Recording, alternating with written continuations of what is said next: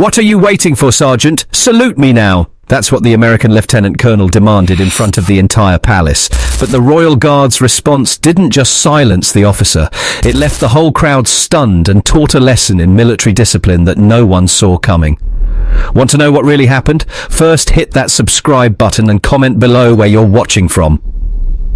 The gleaming black motorcade swept through the ornate gates of Buckingham Palace with practiced precision, each vehicle moving in perfect formation as they came to a smooth, synchronized stop near the visitors' entrance.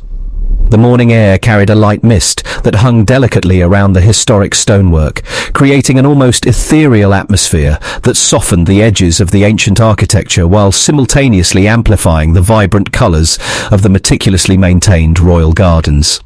The palace grounds buzzed with the usual mixture of international tourists and official visitors, their excited murmurs creating a constant backdrop of anticipation against which the day's momentous events would soon unfold. Cameras clicked rapidly as onlookers caught glimpses of the diplomatic flags adorning the vehicles, immediately recognizing the significance of what they were witnessing: the arrival of a high-ranking American military delegation for the annual NATO Strategic Leadership Summit. This wasn't just any ordinary diplomatic visit. The summit represented months of careful planning and coordination between allied nations, bringing together some of the most experienced military leaders from across the Atlantic Alliance. The choice of Buckingham Palace as the venue carried deep symbolic weight, representing centuries of British military tradition and the enduring partnership between the United Kingdom and the United States. From the lead vehicle emerged Lieutenant Colo Nell Jackson Hayes of the United States Marine Corps, a man whose very presence commanded attention. He stepped onto the ancient cobblestones with the measured confidence of someone accustomed to being the most senior officer in any room. His uniform was nothing short of immaculate, every crease razor sharp, every button polished to a mirror shine, every medal and ribbon positioned with mathematical precision. Hayes adjusted his dress blues with the unconscious habit of a career military officer, each movement deliberate and practiced. The ribbons across his chest told the story of a distinguished career spanning over 2 decades of service across multiple combat zones. The bronze star with V device spoke of valor under fire in Iraq. The Purple Heart indicated wounds received in service to his country. The combat action ribbon showed he had faced enemy fire and returned it. Multiple campaign medals documented deployments to some of the world's most dangerous theaters of operation. At 45 years old, Hayes had risen through the Marine Corps ranks through a combination of tactical brilliance, unwavering dedication, and an uncompromising adherence to what he viewed as proper military protocol. His colleagues respected his combat experience and leadership capabilities, though some privately noted his tendency toward rigid thinking and occasional dismissiveness toward military traditions that differed from American practices. His expression remained professionally neutral as he surveyed the palace grounds, but those who knew him well might have detected a hint of skeptical assessment in his piercing blue eyes. To Hayes, the pageantry surrounding him represented everything he viewed as counterproductive to modern military efficiency: elaborate ceremony, prioritized over practical readiness. "All this pomp and circumstance for what's essentially a glorified staff meeting," he remarked quietly to Major Robert Davis, his aide-de-camp, who had emerged from the vehicle beside him. "We could have hosted this entire summit at the Pentagon and saved everyone the theatrical entrance. At least there we could have focused on actual strategic planning instead of tourist photography." Major Davis, a diplomatic man by nature and training, gave a carefully non-committal nod. His attention had already been drawn to something far more intriguing than his superior's complaints: an iconic figure standing at rigid attention nearby, representing one of the world's most famous military traditions. Against the weathered backdrop of ancient palace stonework stood a royal guard in full ceremonial regalia, his scarlet tunic creating a brilliant splash of colour that seemed to embody centuries of British military heritage. The uniform was a masterpiece of military tailoring, the red wool tunic adorned with intricate gold braiding, white crossbelts positioned with geometric precision, and the famous bearskin hat adding an additional foot to an already imposing figure. Sergeant William Barrett stood in the position of attention with a stillness so complete it seemed almost supernatural. His eyes were fixed forward in what military personnel recognize as the 1,000-yard stare, a state of focused discipline that veteran soldiers develop through years of training and combat experience. To the casual observer, he might have appeared to be simply standing still, but any experienced military professional would recognize the intense mental discipline required to maintain such perfect composure. What Lieutenant Colonel Hayes could not know, indeed what very few people beyond Barrett's immediate chain of command were aware of, was the extraordinary military record of the man standing before him. Sergeant Barrett had been hand-selected for this particular duty not because he looked impressive in uniform, but because he possessed what his commanders considered the perfect combination of combat experience, mental discipline, and unshakable judgment under pressure. Just 3 months prior to this diplomatic visit, Barrett had returned from his 4th combat deployment, this time serving with distinction in a highly classified joint operation in Eastern Europe. The mission had involved extracting high-value intelligence assets from behind enemy lines under conditions of extreme danger and uncertainty. When enemy forces had surrounded their position, Barrett's unit had found themselves outnumbered 3-1 with limited ammunition and no immediate prospect of reinforcement. It was in those desperate circumstances that Barrett had demonstrated the qualities that would earn him the Military Cross for Valour, one of Britain's highest decorations for battlefield courage. Under intense enemy fire, he had single-handedly established a defensive position that allowed his team to hold their ground until extraction arrived. His actions had not only saved the lives of his fellow British soldiers, but had also protected 2 American Special Forces operators who had been attached to the mission. The citation for Barrett's Military Cross, though classified in its details, contained praise from American commanders that was both specific and glowing. Colonel Marcus Thompson of the U.S. Army Special Forces had written, "Sergeant Barrett displayed extraordinary courage under fire and exhibited the kind of unflappable discipline under extreme pressure that represents the very best of Allied cooperation. His actions directly contributed to mission success and saved American lives." Another American officer, Major Sarah Chen of Marine Force Recon, had noted in her after-action report, "In 37 combat operations across 4 theaters, I have rarely encountered a soldier who combines tactical excellence with such extraordinary mental discipline." Sergeant Barrett's ability to maintain absolute composure in chaotic conditions while making split-second tactical decisions represents the gold standard of military professionalism. These same qualities that made Barrett exceptional in combat, the ability to maintain perfect focus under extreme stress, to follow orders precisely while retaining the judgment to adapt when circumstances demanded it, and to project calm authority even in the most challenging situations, made him ideally suited for the unique demands of Royal Guard duty. The role of the Queen's Guard represents one of the most demanding assignments in the British military, requiring soldiers to master a complex balance between ceremonial perfection and operational readiness. These are not, as many tourists assume, purely decorative positions filled by soldiers chosen primarily for their appearance in uniform. The Queen's Guard consists entirely of active duty soldiers from elite infantry regiments who rotate between ceremonial duties and operational deployments. The Guards operate under a unique set of standing orders that have been refined over centuries of royal protection duties. These orders recognize that while the Guards serve a ceremonial function that attracts millions of tourists annually, their primary responsibility remains the security and protection of royal residences. This dual role requires a sophisticated understanding of when to maintain ceremonial protocols and when to respond to genuine security concerns. Standing Order 157, which would prove crucial to the day's events, specifically addresses the complex issue of chain of command when guards are on palace duty. While British military personnel normally follow NATO protocols when interacting with Allied officers, the order establishes that guards protecting royal property operate under the direct authority of the Crown, superseding normal military hierarchy for visiting personnel regardless of rank. This protocol exists for sound practical reasons. Royal protection cannot be compromised by conflicting chains of command, and the guards must be free to carry out their primary security mission without interference from well-meaning but potentially disruptive visitors, even those in military uniform. Hayes's gaze lingered on Barrett with barely concealed skepticism, his expression reflecting years of preconceived notions about European military traditions that he viewed as overly concerned with ceremony at the expense of practical effectiveness. In his worldview, shaped by decades of American military culture that prized adaptability and rapid response above all else, the sight of a combat-trained soldier standing motionless for hours represented a fundamental misuse of military resources. Without warning, and in direct violation of the carefully choreographed arrival protocol established for the diplomatic visit, Hayes veered away from the American delegation. His movement was deliberate and purposeful, clearly intended to satisfy his curiosity about what he viewed as an interesting example of military inefficiency. He approached Barrett with the confident stride of a senior officer accustomed to having his authority acknowledged immediately and without question.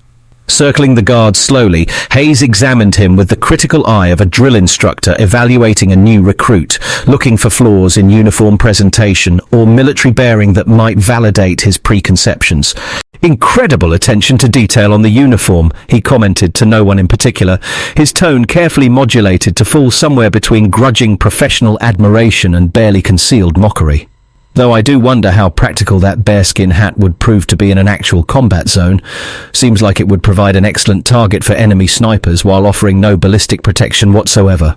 Edward Fleming, the palace's diplomatic protocol coordinator, had been watching the American delegation's arrival with the practiced eye of someone who had managed hundreds of similar visits over his 15-year career.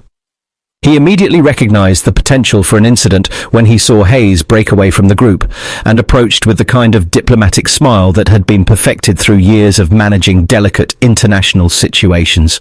"Lieutenant Colonel Hayes," Fleming said, his voice carrying the perfect balance of respect and gentle firmness that characterized British diplomatic professionalism. "If you would kindly rejoin your delegation, we have a rather precisely timed schedule to maintain. The palace tour has been coordinated to ensure all participants have the optimal experience while respecting both security requirements and ceremonial protocols." As the American delegation began their formal tour of the palace grounds, Hayes found himself increasingly distracted by the royal guards positioned at various strategic points throughout the complex.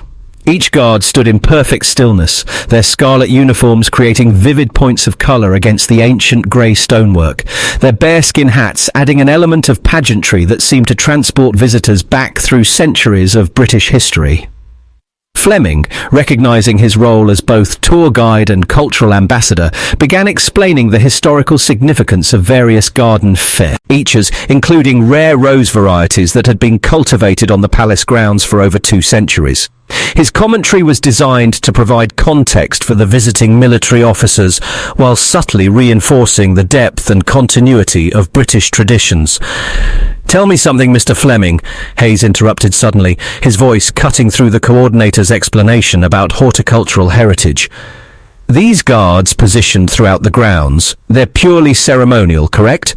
Essentially living statues for the benefit of tourists and visiting dignitaries?"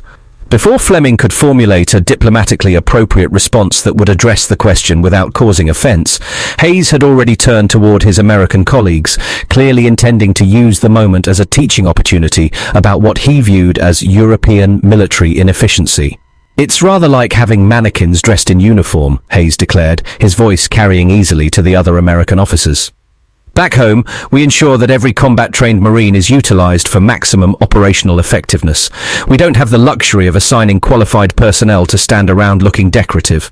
Colonel James Wilson, the senior American officer present and Hayes's immediate superior, frowned slightly at his subordinate's commentary. Wilson had considerably more experience with international military cooperation than Hayes, and he recognized both the factual inaccuracy and potential diplomatic damage inherent in such dismissive remarks. "Actually, Jackson," Wilson said carefully, his tone carrying the subtle authority of a commanding officer providing guidance to a subordinate, "the Royal Guards represent an operational battalion of the British Army. These soldiers rotate regularly between ceremonial duties here at the palace and active combat deployments in various theatres around the world." Hayes raised an eyebrow, his expression suggesting polite skepticism rather than acceptance of the correction. That seems remarkably inefficient from a resource allocation standpoint, sir. Having combat-trained personnel spend significant portions of their service standing motionless, like decorative statues, strikes me as contrary to every principle of military optimization we've developed in the Corps. Major Peter Hollet, a British military attaché who had been assigned to accompany the American delegation as both guide and liaison, recognized an opportunity to provide some much-needed context about British military philosophy and the actual role of the Queen's Guard in modern military operations. I had the privilege of serving alongside elements of the Queen's Guard during my deployment to Helmand Province, Hollet offered, his tone respectful but confident. Some of the finest soldiers I encountered during my entire military career. Their combination of discipline, tactical awareness and adaptability under fire was genuinely impressive. Hayes turned his attention to the British officer, his expression showing the kind of polite but skeptical attention that suggested he was listening primarily to identify flaws in the argument rather than to genuinely consider alternative perspectives.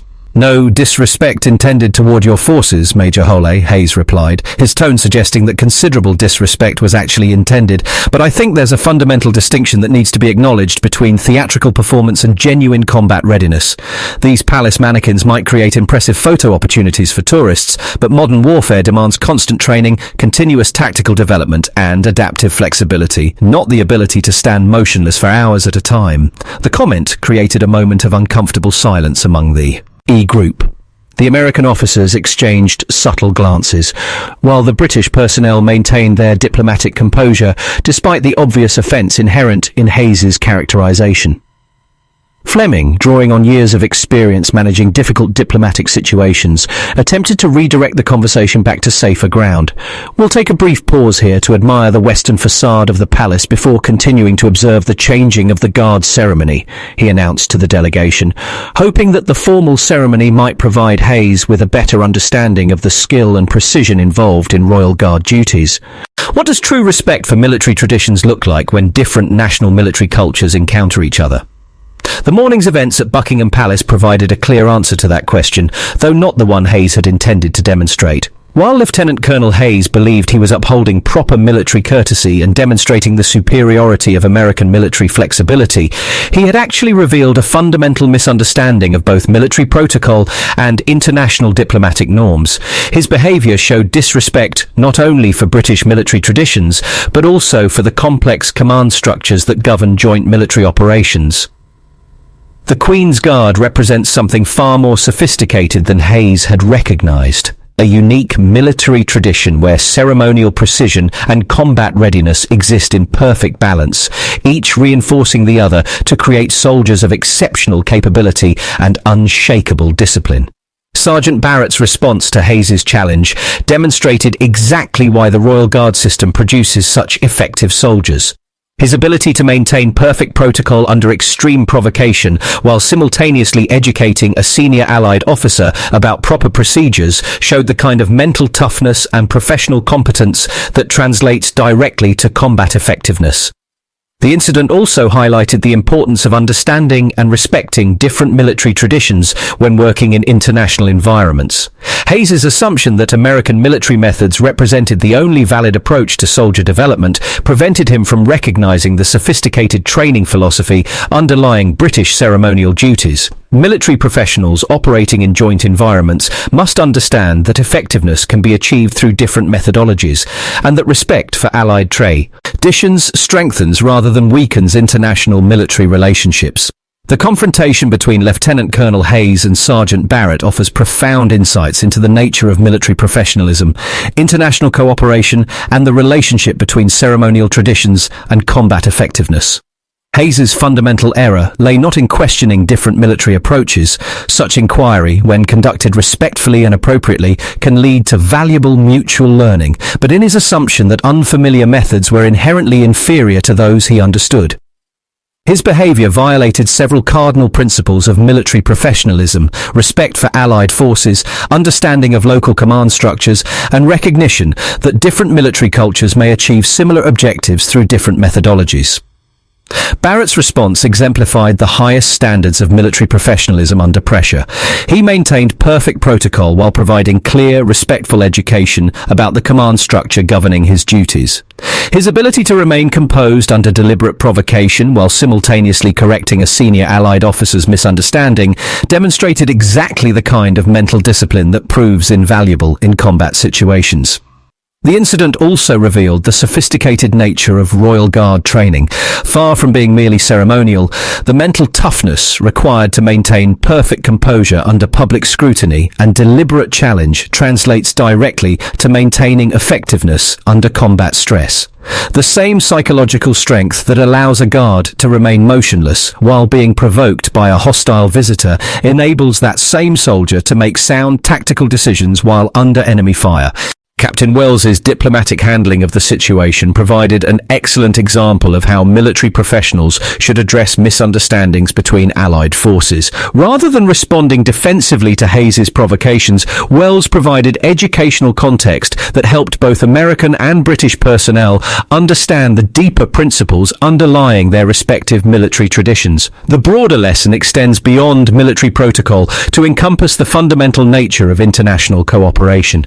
Effective alliance relationships require mutual respect, cultural understanding, and recognition that different approaches to common objectives can be equally valid and effective. Hayes's isolation by his own colleagues demonstrated that military professionalism includes not only technical competence but also the diplomatic skills necessary for international cooperation. His behavior damaged not only his relationship with British personnel but also his standing within his own chain of command. The lasting image of Barrett maintaining his post with perfect discipline while Hayes was escorted away by his own superior officers provided a powerful visual metaphor for the difference between genuine military professionalism and the kind of rigid authoritarianism that mistakes arrogance for leadership. If you found this story meaningful and educational, please hit that like button and subscribe to our channel for more in-depth explorations of military traditions, international cooperation, and the deeper meanings behind ceremonial duties that connect to combat effectiveness. Don't forget to click the notification bell so you'll be immediately notified when we post our next story, exploring the fascinating intersection of military tradition and modern operational effectiveness. Share this video with someone who appreciates the values of duty, protocol, and mutual respect. Wean different military traditions. We'd love to hear your thoughts in the comments below. Have you witnessed situations where cultural misunderstanding led to conflict? How should military professionals handle differences in training philosophy when working with international allies? What can we learn from Sergeant Barrett's example about maintaining professionalism under pressure? How do ceremonial duties prepare soldiers for real-world challenges? Check out our other videos appearing on your screen right now, exploring more stories of military excellence, international cooperation, and the timeless values that unite professional soldiers regardless of the uniform they wear. We'll be back tomorrow with another compelling story that reminds us what true service means in an interconnected world.